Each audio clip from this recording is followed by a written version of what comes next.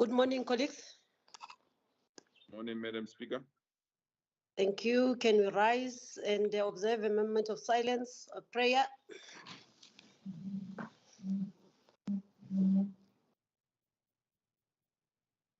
I'm using my phone, I can't talk.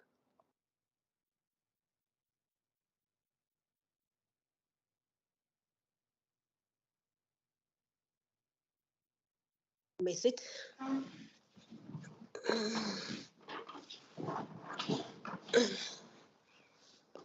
I will not be on my video the whole time. I just wanted at least for you to have sight or see that the person is a real person. I'm here, but otherwise I'll be switching it off so that honorable members are able to have a better connection. Before we start, announcements. Do we have announcements, colleagues from the table in front? No announcements. We do not have MSC statements.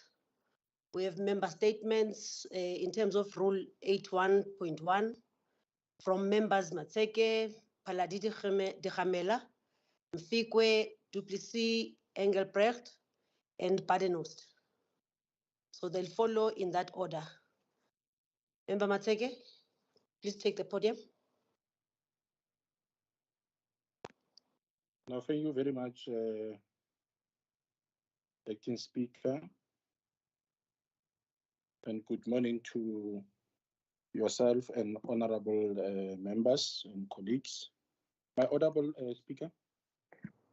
Yes, you're audible. Please go ahead. Thank you very much. In accordance with Rule 8.1, I hereby table the following member statement on the interim order by court to reinstate councillors in Mogadi City. Madam Acting Speaker, the ANC welcomes the interim court order by the High Court, Gauteng Local Division, handed down on Wednesday, the 19th of April, 2023. The court ordered that the reinstatement of 41 councillors who were unlawfully removed from the office by the Democratic Alliance Speaker of Mogadi City. As the ANC, we are vindicated by the court since we had maintained from the beginning that the removal of the councillors was unlawful. Our calls for the Speaker to avert crisis by reinstating the unlawfully removed councillors fell on deaf ears. In an effort for the DA to cling to power, the Speaker, who has since been removed from the position, acted outside the ambits of the law. The unlawful removal of the 41 councillors who constitute the majority of councillors in the municipality council infringed on the rights of Mogadi City residents.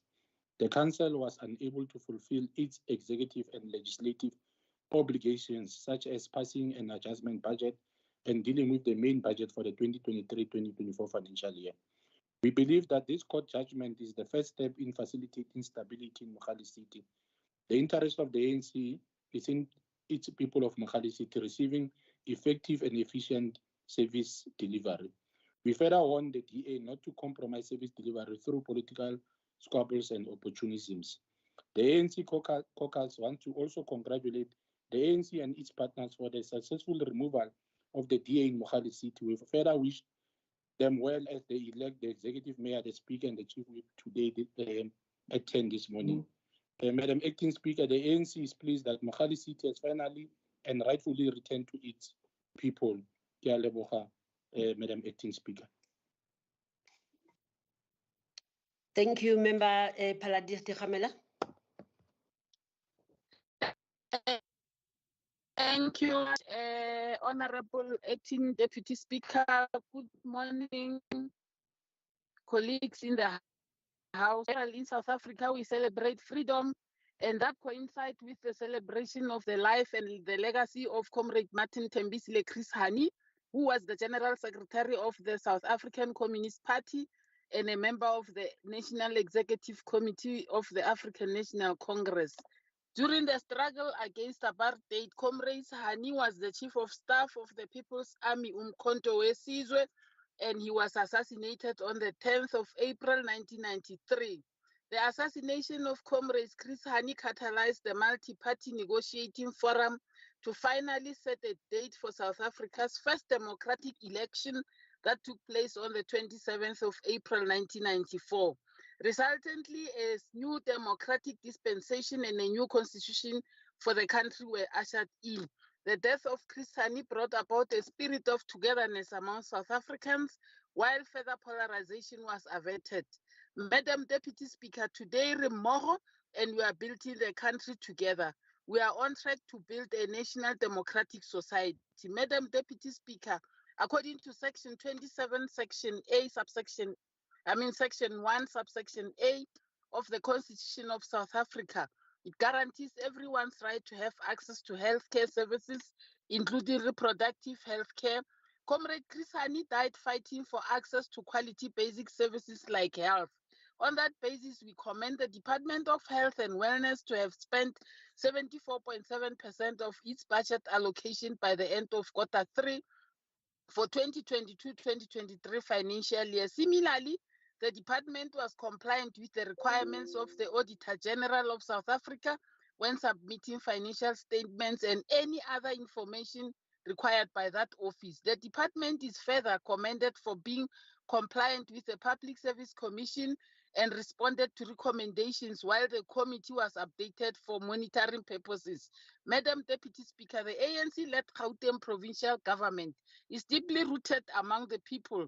The 2023 ANC caucus Lekgotla resolved that provincial departments must deepen participatory democracy through involvement of stakeholders in decision-making. Against this background, the MEC of Health and Wellness is commended for engagement with the leadership of Treatment Action Campaign, the traditional health practitioners and faith-based organization in Gauteng. The department further is busy with public education programs, including but not limited to cancer and mental health awareness campaign.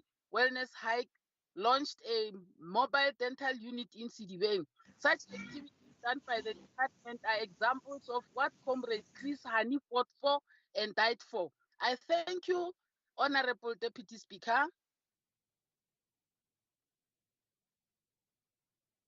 Thank you, Member Mfikwe. Thank you, Honorable Madam Speaker, Deputy Speaker. Good morning to members and officials. In accordance with Rule 81.1, I, Honorable Matshidiso Mfikwe of the ANC tables the following member statement on the tragic murder of two young boys from Soweto.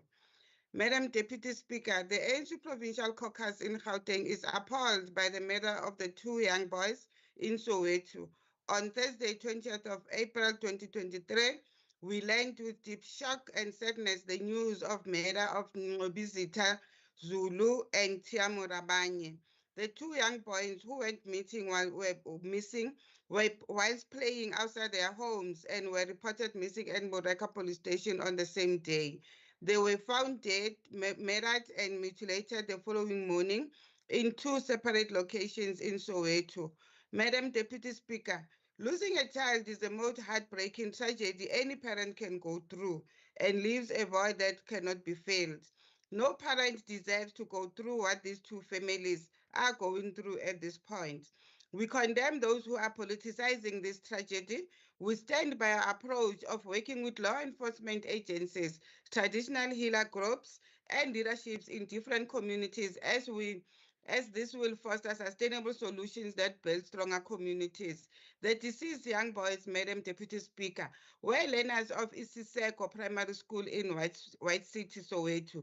We commend the Department of Education in the province for swiftly providing counseling for the families, and we urge them to continuously do so for all the families affected and learners of the school. Madam Deputy Speaker, the safety and well-being of our communities, especially our vulnerable children, is of utmost importance. We call on anyone with any information that may lead to the arrest of a perpetrator or perpetrators of this cruel and barbaric act to report such information to the law enforcement agencies. Similarly, we call on our law enforcement agencies to ensure that such perpetrators are indeed apprehended and face the full might of the law. and justice takes its course swiftly. As the ANC Provincial Caucus, Madam Speaker, we acknowledge and appreciate the role played by traditional leaders in our communities. We grieve with the families of the two young boys, their friends and relatives, and we wish that their innocent souls rest in peace. Thank you, Madam Acting Speaker.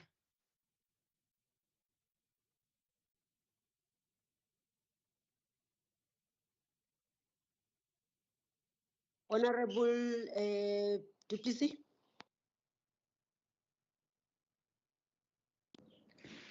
Thank you, Acting Deputy Speaker. The recent grey listing of South Africa is in fact a concern, as it will make it more difficult for Gauteng, the economic hub of the country, to attract investors. Further, the grey listing is a result of the perpetual fraud and corruption that is taking place within the government and the private sector.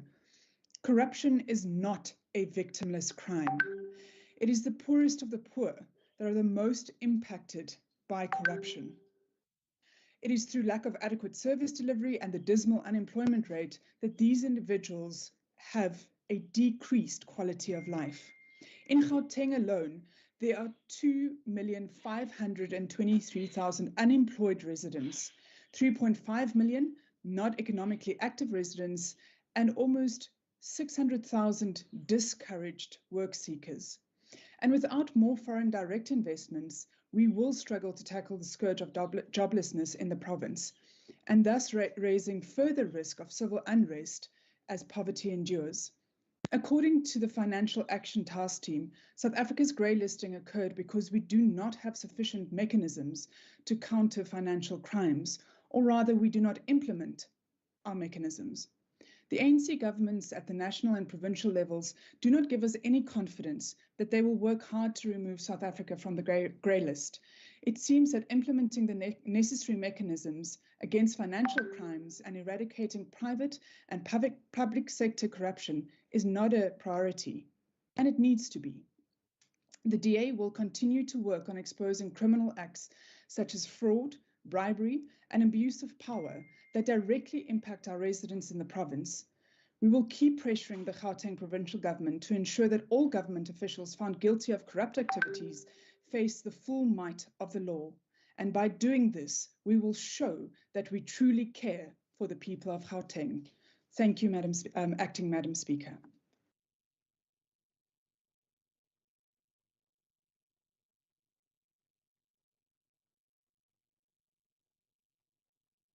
Member Engelbrecht. Thank you, Acting Deputy Speaker. I would like to congratulate the MEC of Social Development, Honourable Mbali Mhlophe, for the way in which she has demonstrated to the people of Gauteng, and by extension, the rest of South Africa, that this ANC-led Gauteng provincial government has no real compassion for the most vulnerable in our society, nor any genuine concern for their safety and welfare. While the MEC has correctly stated that there is no cut to the MPO budget, which has been increased, she has, in the most reckless manner, failed to relay the full truth about the huge reduction of funds from our most vulnerable MPOs, which is now being transferred or reprioritized towards drug rehabilitation and skills development. This means millions is being taken away from the elderly, the disabled, our abused and orphan children, and HIV and AIDS victims. While the empowerment of local communities in the province to combat the scourge of substance abuse is important, the financial and non-financial support of MPOs who conduct the work of the department in service of all vulnerable people in the province is equally, if not more, important. The ignoring of the vulnerable and abused children will create a negative cycle, reintegrating them back into a cycle of drug abuse. The DA will continue to fight for fairness, ensuring that this provincial government is continuously held accountable for its decisions and actions, that our MPOs remain open and fully operational, and that our dedicated social workers still have their jobs as they continue with the invaluable work of serving our most vulnerable citizens. I thank you, Madam Acting Speaker.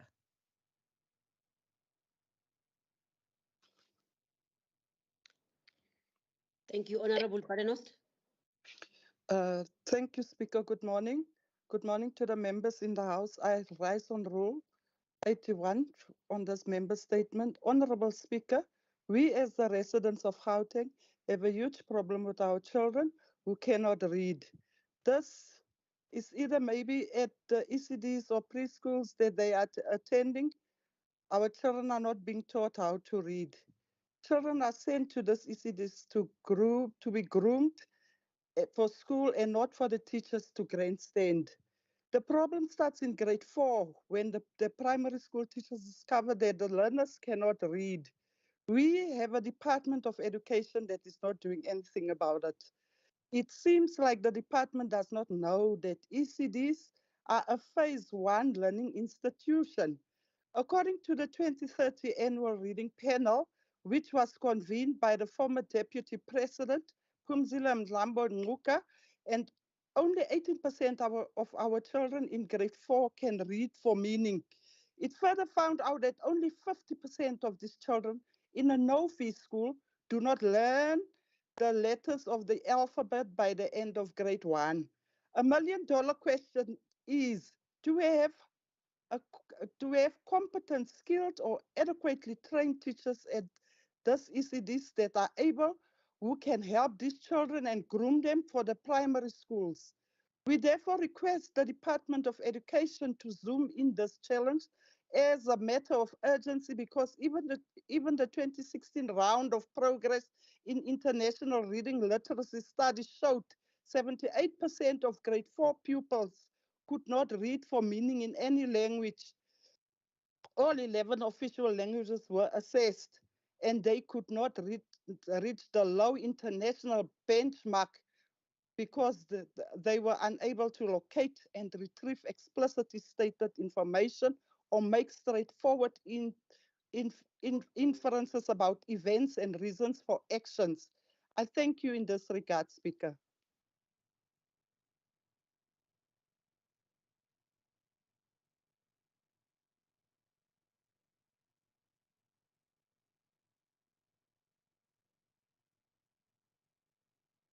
Unmute speaker.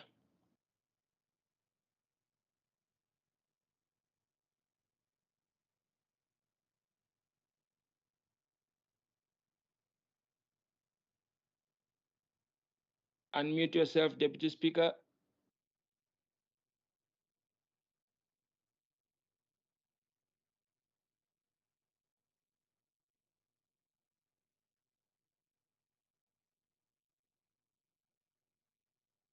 Can the next presiding officer assist us and take over, please? If possible.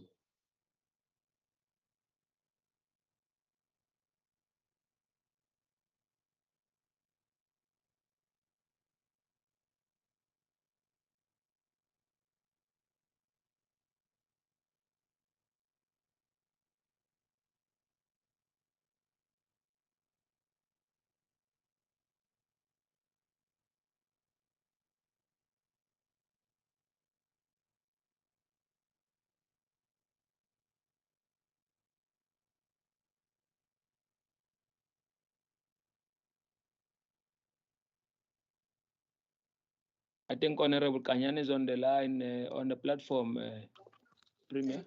Good morning. I'm trying to get my procedural brief. Apologies, That's colleagues, honorable members. I was kicked out. I don't know how.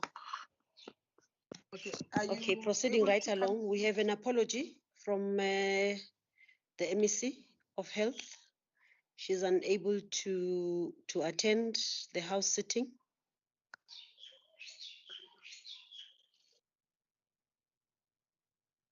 I've joined virtually, Madam Speaker. Oh, you have? Oh, Yes, thank ma'am, I you. Thank you. I was finally just about to read your your apology. Thanks, Deputy Speaker. Okay, hey, I'm juggling through these many gadgets that one has here. Okay, moving right along after the apology, of course, okay, the apology is a apology that we have is an apology from Speaker. Speaker will attend the House sitting virtually. And of course, when the need arises, she will then chair, but I think we've got it for now.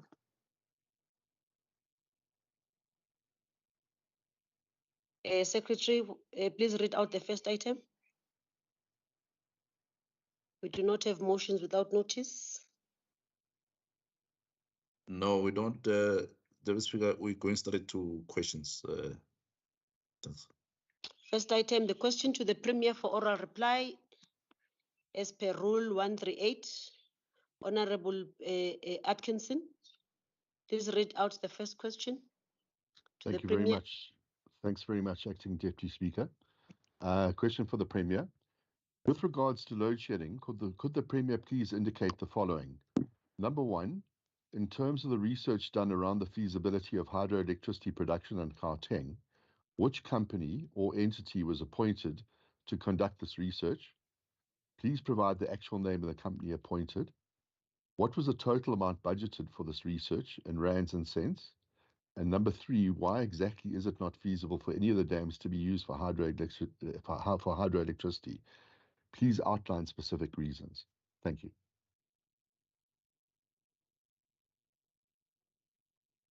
Thank you so much, Deputy Madam Speaker. Thank Member Atkinson for your question. Good morning, honorable members. Deputy Madam Speaker, on the 8th of March, earlier this year, I responded to this question, which was question number 5, PR036 and PR003. And I explicitly indicated, and I'll quote Deputy Speaker, that as responded in these questions, none of the 10 dams are deemed suitable for hydro power production in Gauteng. Historic attempts, firstly by the city of Tshwane, to run a hydropower production as a proof of concept at Rietvlei Dam have generated poor yields and indicated that such an approach is not commercially scalable. So on the basis of that, the Department of Water Affairs was the one that conducted the research. So the research was not conducted by the Gauteng provincial government. It was conducted by the Department of Water and Sanitation. And we've made contact with them. And I'm prepared to give the contact details of the relevant people that conducted this research. There are two. On dams is Mr. Msuamu Zakaria, who's on 082-808-6380. And the second person is Mr. Walira Mukhopa, who's also on 082-328-4189. He's responsible for dam surveillance program. So these are the people that conducted this research, and therefore, if Member Atkinson wants to get the outcome of this research, I'll politely request that he make contact with this individual. In terms of question 2, because this was not our research, so there was no budget for this research, and therefore I can't give figures in terms of rands and cents. And in terms of question 3, on why is not feasible for any dam to be utilized for this, we quoted the Rietvlei Dam in Tshwane that didn't yield commercial scalable outcome, and therefore we don't feel that this approach should proceed. Thank you so much, Deputy Madam Speaker. Member Atkinson, do you have a follow-up? No, it's fine. Thanks very much. I think the Premier has answered the question. Thank you very much. Okay.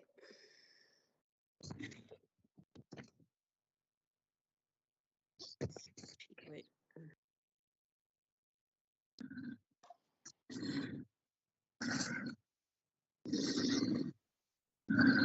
I beg your pardon?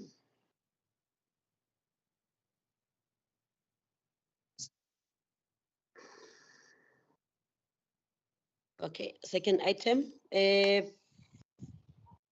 Question to the executive member, MEC Maile, who is stood in for by member Tlabella. Honorable Fuchs, please ask your question. Okay, thank you very much. Am I audible? Yes, you're audible. Thank you. Thank you, Acting Chair.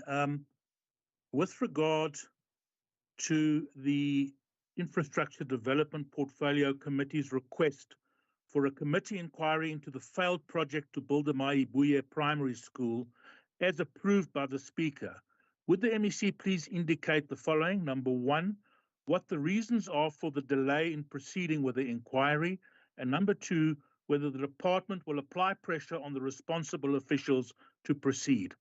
Thank you, Acting Chair. Honorable Tlabella. Thank you, Madam Deputy Speaker. Good morning to colleagues on the line and to Member Fuchs. On behalf of Honorable Maile and the department, the response is the Maibuye Primary School inquiry was initiated by the Portfolio Committee on Infrastructure Development, and they have attached an annexure to that regard. The department received another letter regarding the Maibuye Primary School inquiry from the Portfolio Committee itself to put the inquiry on hold. Please see the annexures, Honorable Fuchs. And then your question two, according to them, is not applicable, and please refer to the response in number one above. Thank you. Member Fuchs, do you have a short remark, supplementary question? Yes, Chair, I do. A comment. The answer we've just received is not in accordance with the information presented to the Portfolio Committee by the Chairman, Honourable Bones Modise. According to the Chairperson, there are officials in the administration who for some reason are blocking this. Now, Chair, this is a big concern. You know, in the context of state capture, the Zondo Commission roundly criticised the ANC for not holding the executive to account. Here, we have a repeat of this approach. The Portfolio Committee did the right thing by requesting an inquiry into the negligence and unprofessionalism involved in the building of the school. Now, for whatever reason, someone is running away from accountability and stalling the process after the Speaker agreed to the inquiry. It's my view and the view of the DA that the inquiry must go ahead and that MEC Maile has the responsibility to ensure that this is in fact the case. Thank you. I see a hand. I don't know whose hand is that is. Kanyile. Member Kanyile, yes, Member Kanyile. Yes, Chair, it's just a comment, it's not a question. I just want to comment on the inquiries. If I listen to the question, the inquiry was committee inquiry was sanctioned by the Speaker. I'm just wondering how the department could be involved in either sanctioning or not sanctioning an inquiry that is agreed upon by the Speaker, which is the process of the committee itself, and it's the committee that should have been able to decide on whether they go ahead or not. And I'm not sure how the department gets involved in this, Chair, but I'll just make my research and be able to understand why this question was asked to the department. This is the process of the legislature itself. Thank you very much, Chair. Member Tlabella. MEC. Thank you, Honorable Speaker, and thanks to Honorable Kanyile. It's the Portfolio Committee that at first requested that there must be an inquiry, and they wrote to us as a to the Department of DID to put the inquiry on hold. I'll advise Member Fuchs to address his issues in the Portfolio Committee. It has nothing to do with the department. Thank you very much. Thank you. That item, questions for oral explanation and tabling in the House in terms of Rule 1375. If a question for written reply, honorable members, is not replied to within the stipulated time and no extension is requested by a member of the Executive Council, during the next question day, the relevant member of the Executive Council must provide an oral explanation in the House for his or her failure to reply the question and still hand over the written reply to the table. MECs are kindly requested not to reply to the question, but to provide an oral explanation for their failure to reply to the question and forward the reply to the question to the table. MEC Health, question 5, HL029. This is directed to you, MEC Ngomo Ralihuku, to give an oral explanation on question 5, why it was not responded to. Thank you, Deputy Speaker. Deputy Speaker, I want to apologize because the question when the member asked it wanted a detailed information for all the hospitals. So hence there was a delay, and I forwarded it to the office of the Speaker so that it can be circulated to the relevant member. Thank you. Okay, you're still going to submit the reply, ne? Yes, ma'am, I've already submitted it this morning to the office. Thank you. Okay. Sorry, Chair, I'm sorry to interrupt you. Member Fuchs here. I had a second question on the agenda for the MEC of Infrastructure. May I have an opportunity, please, to put that question? I said you must make a follow-up, you did not. Or Chair, I did not ask you to make Chair, a supplementary reply? No, Chair, there are two separate questions. I asked the first question, Okay. but I was not given an opportunity to ask the second question.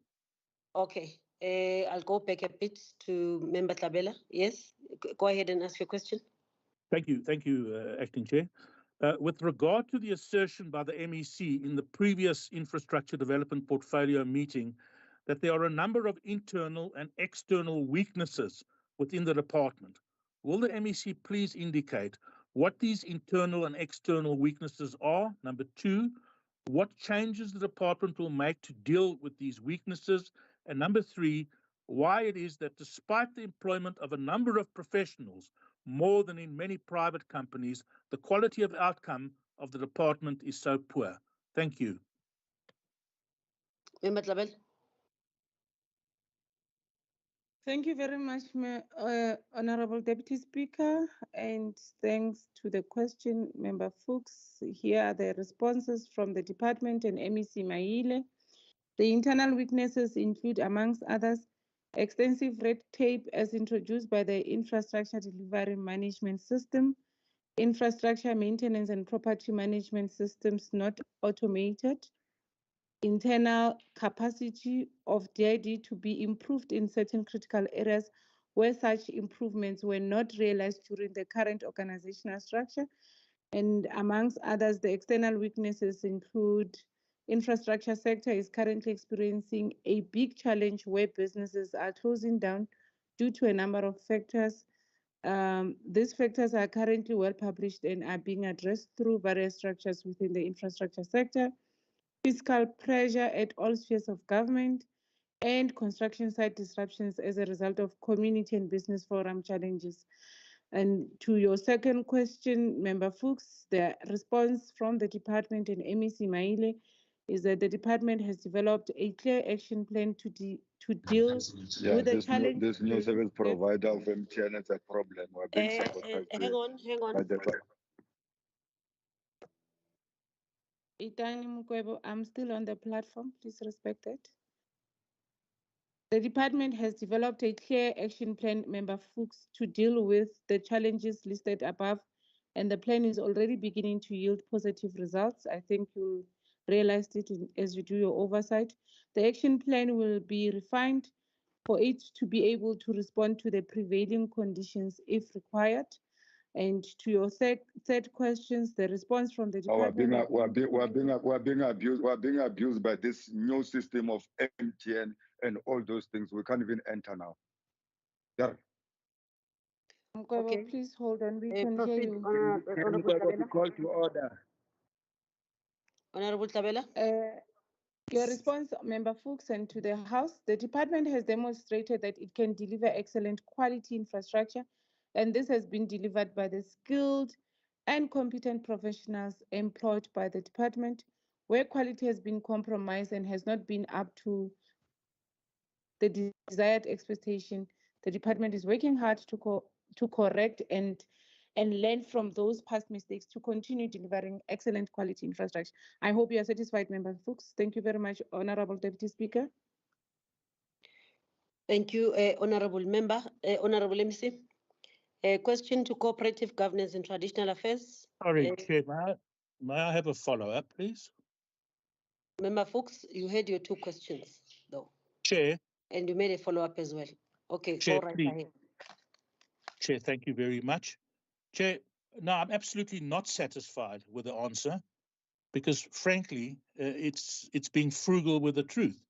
DID is arguably the most dysfunctional department in Gauteng, and there are a number of those. Member Maile, in terms of answering my questions on the weaknesses, has barely touched the surface. This department needs to be re-engineered from scratch with proper policies and processes. And that is what will happen when Member Maile and his comrades are no longer in charge. The ANC does not have the resources or expertise to implement and maintain infrastructure. Thank you, Acting Chair. Member Tlabela. Honorable Deputy Speaker, I think Member Fuchs needs to learn and unlearn using service delivery issues as political tools. And we plead with him to focus on the work at hand. People of Gauteng are no longer about politics and they demand service delivery. I think he was just politicking. There's no need for us to respond to him further. Thank you very much. Thank you. MEC Kumalo, please reply or respond on why the oral questions 026, 029, and 033 were not responded to, and explain why question number, the ones that I've mentioned, have not been given to the table. Thank you. Good morning, Deputy Speaker.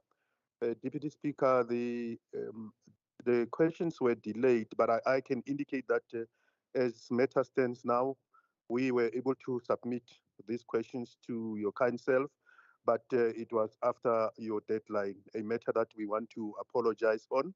The reasons being many of these questions depends on the speed at which the municipality do respond to our department.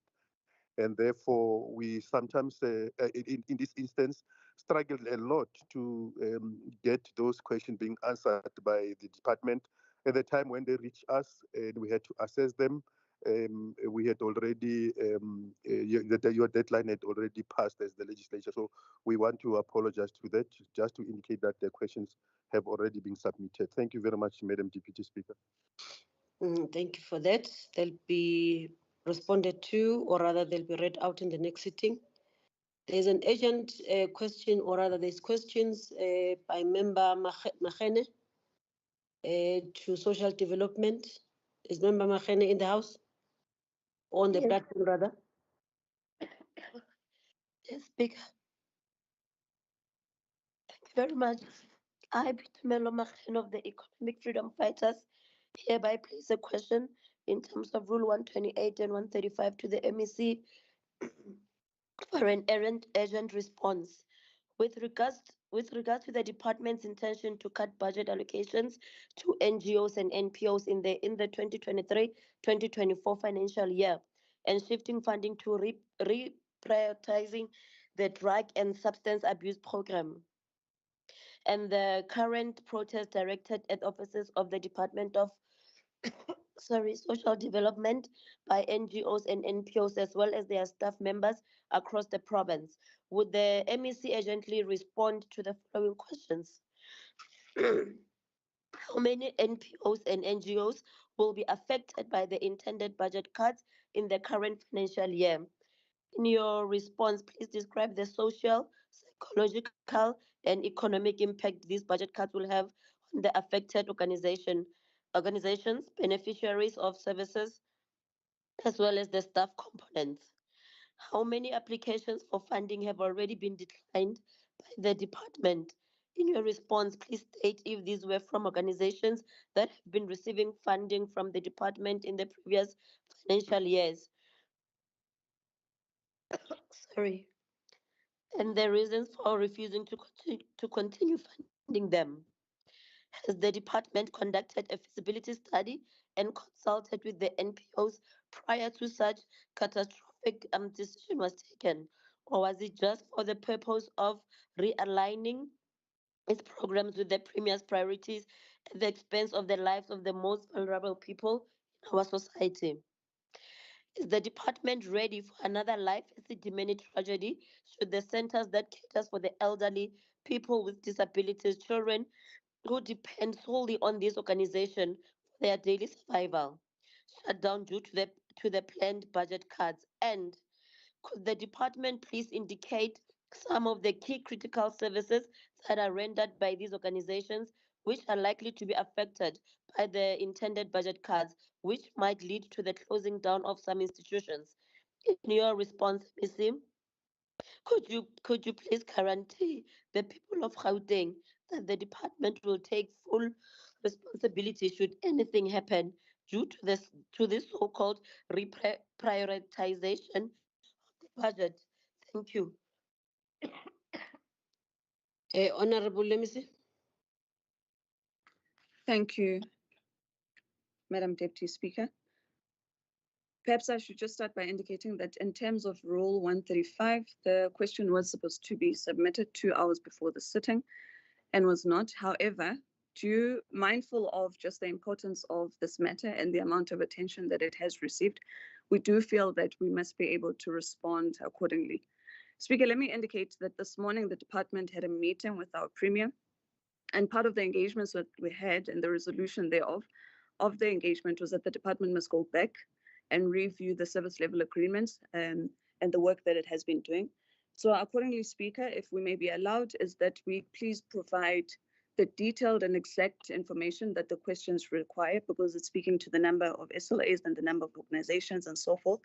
And because of the meeting that we do come from, we will then be able to give the exact numbers and the answers at a later point, and we'll make sure that the written submission is submitted accordingly. Thank you, Speaker. Thank you. Let me just indicate this in terms of the standing rules, members. If a question for written reply is not replied to on time, within the stipulated time frame, and no extension is requested by a member of the Executive Council during the next question day, the relevant member of the Executive Council must provide an oral explanation in the House sitting in terms of why there was failure to reply. I think I did mention this. But further, in line with the ruling previously made by the Speaker, no responses will be accepted after 3 a day before the sitting. Also, no request for further extension will be entertained after the question has been converted to oral explanation. Failure to respond to the question and comply with the rules as stated above constitutes the contempt of the legislature. Members of the Executive Council are therefore called upon to ensure that there is adherence to the rules. I hope this message sinks in, honorable members, especially members of the Executive Council. Thank you very much. This brings us to the close of business of the day. The next sitting will be on Tuesday, on the 23rd of May, 2023. Thank you very much. Thank you, Speaker. Thank you, Speaker. Thank you. Thank you. Bye-bye. Bye-bye, Mukwebo. Bye-bye. Member Mukwebo.